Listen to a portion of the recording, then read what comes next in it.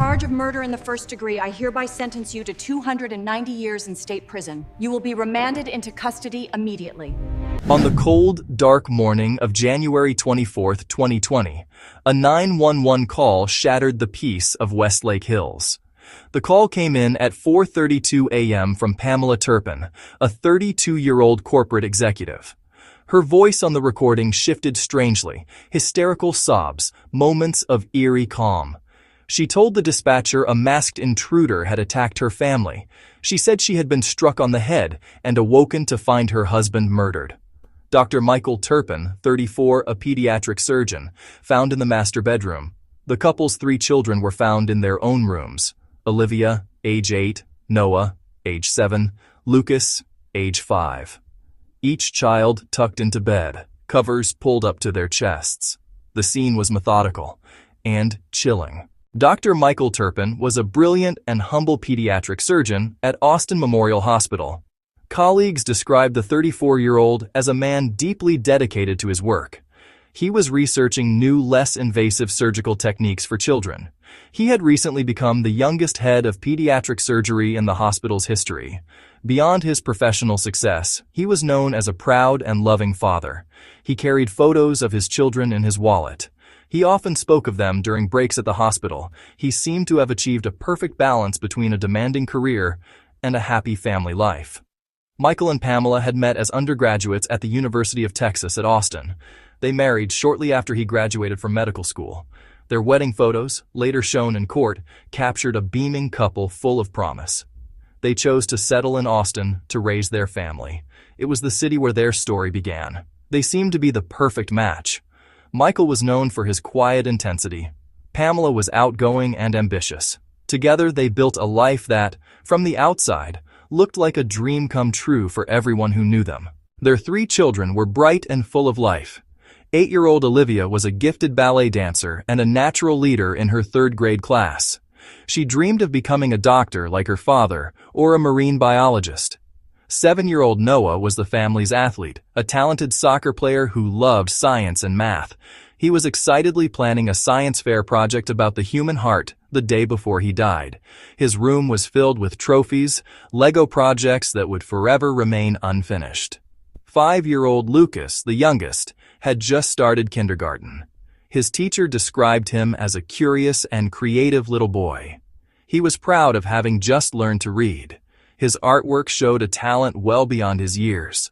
A crayon drawing of his family was found in his school cubby.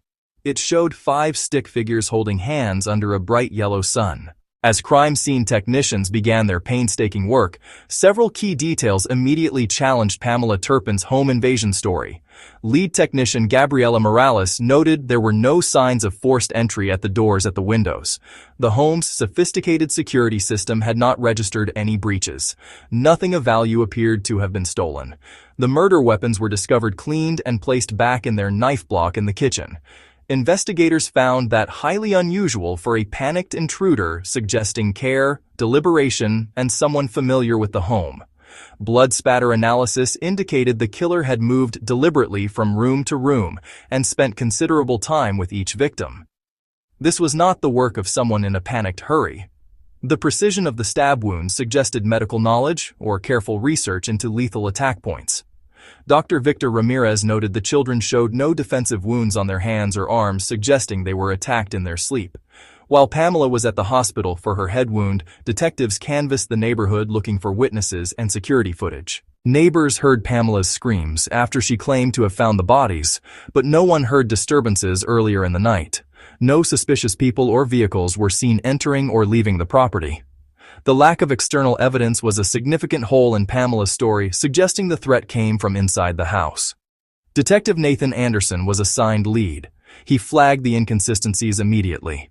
Anderson ordered a protective detail on Pamela for safety and to monitor her movements and behavior. In his first notes, he wrote Pamela's account had multiple inconsistencies, and he moved to seize digital devices and financial records as soon as possible. The single most important clue that unraveled Pamela Turpin's story was her own head wound. When she was examined at Austin Memorial Hospital, the attending physician, Dr. Lauren Reynolds, found her behavior odd. Pamela repeatedly asked about her own condition, never asked about her family, and did not express grief. The wound was a superficial 5-centimeter laceration requiring only 5 stitches. Dr. Reynolds noted the cut was unusually clean, lacking bruising and jagged edges. Dr. Victor Ramirez concluded the linear wound's placement and angle fit a self-inflicted injury. It sat on the crown of her head on the right side, awkward for an attacker to strike, but easily reachable by her right hand. That medical observation became the foundational clue. It was immediately relayed to lead detective Nathan Anderson. It confirmed his suspicion: Pamela as perpetrator, not victim. Her tale of being struck and losing consciousness clashed with the physical evidence. Prosecutors argued she made the wound herself as part of staging the scene. She aimed to appear a traumatized survivor. The small clean cut was meant to sell violence, but instead pointed to deception. The defense had to address this evidence. They admitted she created the wound, yet said it followed a dissociative episode. She wasn't trying to deceive, they claimed. Her fractured mind tried to build a narrative. For the prosecution, the self-inflicted wound was the starting point, the first physical proof the story was a constructed lie. While physical evidence at the scene was crucial, the digital trail Pamela Turpin left behind provided the most damning proof of her planning. Digital forensic specialists began recovering deleted data from her smartphone, laptop, and the family's desktop computer. Lead analyst Marcus Wong discovered a chilling history of internet searches in the 2 weeks leading up to the murders. The searches began just hours after investigators believe she discovered her husband's affair by looking through his phone. Her online activity changed from normal browsing to something far more sinister and focused. Wong's analysis revealed a clear progression in her research. She started with searches about divorce, then child custody laws in Texas. Within hours, her queries shifted to undetectable poisons, then how much sleeping pill is lethal, then medications that cause heart failure. Over the next several days, her searches became even more specific. She looked for knife placement for quick death, and she searched how to make murder look like home invasion. She had tried to cover her tracks using private browsing modes and by clearing her history, but the data was still recoverable. The digital evidence also established a powerful motive. Wong recovered deleted text messages between Pamela and a close friend, from discovery of the affair to a chilling resolve. She wrote, "I found messages on Michael's phone. He's been sleeping with someone from the hospital. My whole life is a lie." In a later message, sent just days before the murders, her words took on a darker tone. "He thinks he'll take everything from me. The house, the kids, even my reputation. But I'd rather burn it all down than let him win." Furthermore, the digital evidence revealed her escape plan. Pamela had researched countries that do not have extradition treaties with the United States. She visited websites about creating new identities and living off the grid. This research correlated with financial records, showing she had been moving money into offshore accounts. She had also printed directions to a remote cabin in the Texas Hill Country. This digital footprint provided prosecutors with a clear timeline. Not a crime of passion, but a series of deliberate, calculated steps taken over many days to plan the murders and her escape. On January 26th, just 3 days after the murders, Detective Nathan Anderson arrested Pamela Turpin. The interrogation that followed was a masterclass in psychological strategy. For hours, Pamela maintained her innocence. She stuck to her story about a home invasion. Anderson, known for his conversational style, methodically presented the evidence against her. He started with the medical examiner's report on her self-inflicted head wound. He then showed her the printouts of her internet searches. With each new piece of evidence, her composure began to crack. The turning point came when Anderson presented the deleted text messages.